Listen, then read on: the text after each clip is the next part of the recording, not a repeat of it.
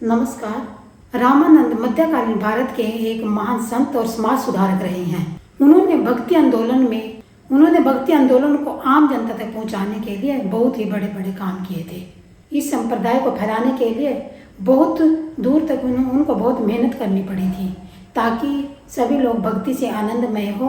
प्रयागराज इलाहाबाद में इनका जन्म माना गया है। रामानंद इनका जन्म इलाहाबाद में हुआ, जो कि 1299 ईस्वी के आसपास में हुआ था। गुरु का नाम राघवानंद था, जो रामानंद थे। इसके गुरु का नाम राघवानंद था। इनके पिता का नाम देव था। पिता के नाम की अगर बात करें तो देव था। इन्होंने निर्गुण और सगुण भक्ति को अपनाया था, यानी मध्यम मार्ग को इसने अपनाया था। वे शुरू से ही वैष्णव धर्म के जो रामानुजाचार्य थे उनके विचारों से कहीं न कहीं प्रभावित हुए थे। इन्होंने वेद, उपनिषद और भक्ति को अपनाया था। भक्ति का मार्ग क्या था? भगवान तक पहुंचने के लिए भक्ति करना बहुत जरूरी है। उन्हें विशेष तौर पर राम की भक्ति करने को कहा। जाति पाति के घोर विरोधी थे। उन्होंने स्थानीय भाषा का प्रयोग किया था। संस्कृत की बजाय उन्होंने हिंदी और लोक भाषा का यूज किया था। उसके प्रमुख शिष्य कौन कौन से थे? कबीर, रैदास, पीपा, धन्ना, ये सब उसके शिष्य रहे हैं। रामानंद संप्रदाय बहुत ही प्रभावशाली और विचारवादी रहा है। यहाँ समझते हैं थोड़ा सा। फिर इसके बाद आते हैं कबीरदास। कबीरदास का जन्म 1440 ईस्वी के आसपास माना गया है। कबीरदास का जन्म वाराणसी में हुआ था। ये सिकंदर लोदी के समकालीन थे। इन्होंने पाखंडवाद के विरोध बहुत ही महत्वपूर्ण कदम उठाए थे। इन्होंने कहा था कि पाखंडवाद की इन्होंने घोर निंदा की है। अद्वैतवाद के समर्थक थे ये। साम्यवादी विचारधारा के थे। साम्यवादी विचारधारा का मतलब कि सभी समान है, ऐसा इन्होंने माना है।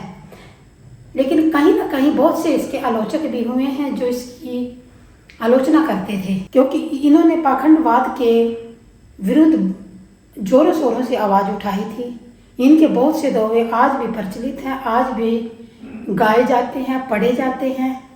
तो इनका जन्म एक विधवा औरत के गर्भ से हुआ था। उसने लोक लाज से इसको एक तालाब में फेंक दिया था। वहाँ पर नीरू और नीमन नामक जुलाहे ने इसको उठा लिया था और इसका लालन तो पोषण किया था। वहीं से इसके जीवन की शुरुआत होती है। मिराल उल असर क्या था? मिराल अल उसर इसको कहा गया है, क्योंकि और साथ में इसको फिर दोषी भी कहा गया है। ये घूमते रहते थे, घुमक्कड़ प्रवृत्ति थी, एक स्थान से दूसरे स्थान पर जाते रहते थे और लोगों को मौखिक ज्ञान देते थे। इनकी लिखित में कोई पुस्तक उपलब्ध नहीं है, लेकिन कहीं ना कहीं इसके शिष्यों ने आगे इनको लिखने का कार्य किया था। अब इसके कुछ काव्य ग्रंथ है। बीजक, कबीर ग्रंथावली, शब्द, रामायणी, कुछ ऐसे इन्होंने ग्रंथ भी लिखे हैं। मतलब इसके शिष्यों ने आगे इसके लिखे हैं, लेकिन ये तो मौखिक भाषा का प्रचार है, वह प्रसार करता था। अब इनके गुरु का नाम घासीराम था। उन्हीं ने इसको दीक्षा दी थी। कोई घासीराम कहता है। और इन्होंने हिंदू और मुस्लिम एकता को बढ़ावा दिया था और कहीं ना कहीं इनकी घोर विरोधी थे, क्योंकि ये लोग उस समय में आपस में लड़ते झगड़ते रहते थे। तो इनके बहुत से दोहे आज भी प्रचलित हैं, जैसे कि कंकर पत्थर जोड़ के मस्जिद लई बनाए, ताचड़ बोला भांग दे बहरा हुआ खुदाए। इन्होंने इन पंक्तियों में क्या कहा था कि हिंदू मंदिर बना लेता है एक एक कंकर पत्थर जोड़ के, और ऐसे ही मुस्लिम मस्जिद बना लेते हैं एक एक कंकर पत्थर जोड़ के। यानी कि लेकिन सुबह सुबह जोर के जब वो अल्लाह अकबर बोलते हैं और मंदिरों में घंटियां और शोर शराबा किया जाता तो उनके घोर विरोधी थे। इन्होंने कहा कि ये खुदा या भगवान बहरा नहीं है, जो कि आप लोग बड़ी बड़ी घंटियां बजाते हैं और कहीं ना कहीं मस्जिदों में जोर से अल्लाह अकबर बोला जाता है कि जो ईश्वर होता है, जो परमात्मा होता है, वो गूंगा या बहरा नहीं है। इसलिए यहाँ पर उसने आकर के पाखंडवाद का घोर विरोध किया था। बुरा जो देखन को चला, बुरा न मिलिया कोई, जो दिल खोजा आप ना मुझसे बुरा न कोई, ऐसे ऐसे इन्होंने दोहे लिखे कि मैं दुनिया में बुराई देखने को चला था, लेकिन मेरे अंदर ही बहुत ज़्यादा बुराइयां हैं, तो मैं दुनिया को क्या देखूं, मैं खुद ही इतना बुरा हूं। तो उसने अपने अंतर मन में झांक कर ये बातें लोगों को बताई।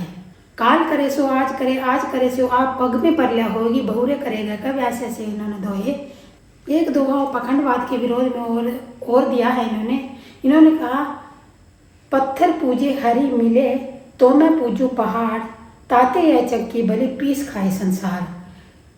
उसने पाखंडवाद के विरोध में ये कहा कि जैसे कि लोग मूर्ति पूजा करते हैं, वो पाखंडवाद है, क्योंकि मूर्ति के अंदर कभी भी भगवान नहीं होता है, ये उसमें बताया गया है।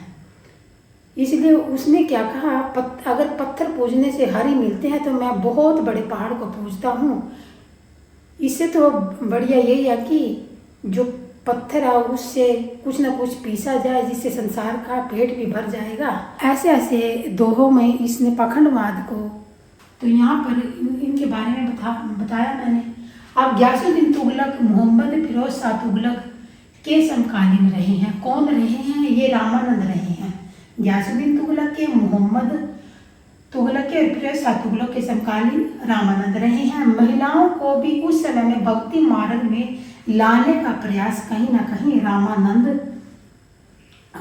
ने किया था। उससे पहले महिलाओं को भक्ति मार्ग पर, भक्ति के अंदर नहीं आने दिया जाता, तो कहीं ना कहीं इन्होंने यह श्रेय प्राप्त किया है। इनके कार्यकाल में पद्मावती और सुरसरी नाम की महिलाएं पहली बार भक्ति मार्ग में आई थी। कौन सी? पद्मावती और सुरसरी नाम की महिलाएं, जिन्होंने, ये महिलाएं थी जो पहली बार भक्ति के मार्ग में आई थी उस समय में। फिर हम बात करते हैं गुरु नानक देव जी की। गुरु नानक देव जी का जन्म 15 अप्रैल 1469 को जन्म हुआ था इनका। वो ननकाना में हुआ था, जो कि आधुनिक प्रेजेंट टाइम में वो पाकिस्तान के अंदर पड़ता है स्थान। तलवंडी नाम के स्थान पर इनका जन्म होता है। ये भी पाखंडवाद के विरोधी थे। इन्होंने भी बहुत से गुरुवाणियाँ लिखी हैं अपने काल में।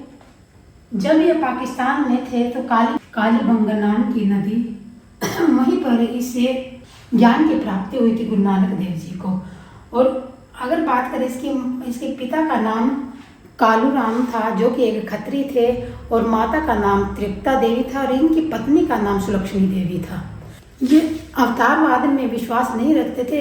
ये जिस प्रकार से कहते हैं ना, भगवान विष्णु का अवतार, आप कहते हैं कलंकी का अवतार, तो इन चीज़ों में गुरु नानक देव जी थे, इन चीज़ों में कभी भी विश्वास नहीं रखते थे। वो पाखंडवाद के बहुत बड़े विरोधी रहे हैं। गुरु नानक देव जी ने सिकंदर लोधी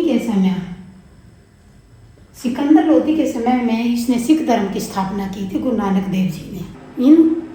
इनके शब्दों में पंजाबी भाषा झलकती है। गुरमुखी लिपि में वो इनके शब्द लिखे गए थे। इनकी सभी रचनाओं का संग्रह किसने शुरू किया था? सबसे पहले 1404 ईस्वी में गुरु अर्जन देव जी ने इनका जो भी इन्होंने शब्द लिखे थे या वाणियाँ लिखी थी, 1604 ईस्वी में गुरु अंगद देव ने ये संग्रह रखा था इनका। और 1706 ईस्वी में गुरु गोविंद सिंह ने 1706 ईस्वी में गुरु गोविंद सिंह ने इनको प्रमाणिकता दी थी पहली बार। इन्होंने कहा था कि ईश्वर सिर्फ सद्गुण, अच्छे गुणों को ही विचारता है, ना कि दूसरे गुणों को विचारता है। अगर कोई बुरे कर्म करता है तो उसका फल उसको आने वाले समय में मिल ही जाता है। अगला जन्म किसी ने नहीं देखा है। इसके बाद सिखों के 10 गुरु हुए हैं। फिर हम सूरदास की बात कर लेते हैं। सूरदास ये अंधे थे। सूरदास जी अंधे थे, इनको दिखाई नहीं देता था। इसको पुष्टि मार्ग का जहाज भी कहा गया है। और इसने सूरदास, सूर सागर, साहित्य लहरी जैसी काव्यकृतियाँ लिखी हैं, और उनमें इसने ब्रज भाषा का कहीं ना कहीं प्रयोग किया है। और इनके गुरु का नाम अगर बात करें तो वल्लभाचार्य था। इनका जन्म 1478 ईस्वी में हुआ था और मृत्यु 1583 ईस्वी में हो गई थी। तो ये सब जिस समय में ये सल्तनत काल चल रहा था उस समय में ये कहीं ना कहीं ये गुरु हुए हैं। और जो कल की वीडियो में मैंने बताया था, शंकराचार्य, रामानुजाचार्य, ठीक है, निम्बार्क संप्रदाय, मध्वाचार्य, जिन्होंने द्वैतवाद का सिद्धांत दिया, द्वैतवाद का सिद्धांत दिया, अद्वैतवाद का सिद्धांत दिया, ये सब गुरु उसी समय में हुए थे।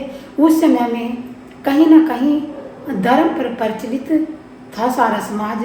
भक्ति आंदोलन में इनका भी इन गुरुओं का भी बहुत ही महत्वपूर्ण स्थान रहा है। ये गुरु कौन कौन से थे उस समय में? सिखों के 10 गुरु माने गए हैं।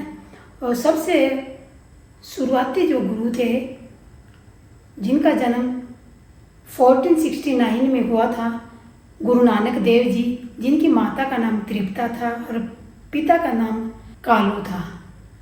तो आइए जानते हैं सिखों का प्रथम गुरु गुरु नानक देव, जिसका जन्म 1469 में हुआ था और 1539 तक इसने सिख धर्म की स्थापना कर दी थी। एक ईश्वरवाद पर जोर दिया, जाति पाति के घोर विरोधी थे, जाति पाति को बीच में आने भी नहीं देते थे, बहुत ही घोर विरोधी ये रहे हैं। गुरु अंगद देव ने गुरुमुख लिपि का प्रथम बार प्रयोग किया। गुरु अमरदास जी ने, इनका जन्म 1552 ईस्वी में हुआ और 1574 ईस्वी। ये सती प्रथा के घोर विरोधी थे और लंगर प्रथा का प्रावधान इन्हीं गुरु ने शुरुआत किए थे। फिर आते हैं रामदास, 1574 ईस्वी से 1581 तक गुरु रामदास जी रहे हैं। अमृतसर शहर की स्थापना इन्होंने की थी और कहीं ना कहीं जो स्वर्ण मंदिर है, गुरुद्वारा है, उसकी स्थापना भी इन्हीं के द्वारा की गई थी। फिर अर्जुन देव जी आते हैं, इन्होंने तारण नगर की स्थापना की थी गुरु अर्जन देव जी ने।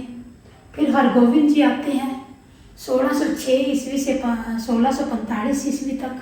सिखों को सैनिक के रूप में इन्होंने ही तैयार किया था, सैनिक के रूप में इन्होंने तैयार किया था। फिर हर राय आते हैं 1545 ईस्वी से 1661 ईस्वी तक। इन्होंने पर्यावरण और सेवा पर बहुत जोर दिया था कि कोई भी भूखा नहीं रहना चाहिए। गुरु हरकिशन, जिनका जन्म 1661 में हुआ, 1661 से 1674 ईस्वी तक ये रहते हैं। फिर 9वें गुरु थे गुरु तेग बहादुर, जो 1664 ईस्वी से 1675 ईस्वी तक रहते हैं और सिख धर्म को आगे बढ़ाने का कार्य कहीं ना कहीं ये गुरु जी करते हैं। धर्म की रक्षा के लिए इन्होंने बहुत बड़े बड़े बलिदान दिए हैं। फिर गुरु गोविंद सिंह, जो 1675 से 1708 ईस्वी तक थे, उन्होंने पाहुल प्रथा आरंभ की थी और इन्होंने खालसा पंथ की भी स्थापना की थी। इन गुरुओं ने भी बहुत से कष्ट सहे हैं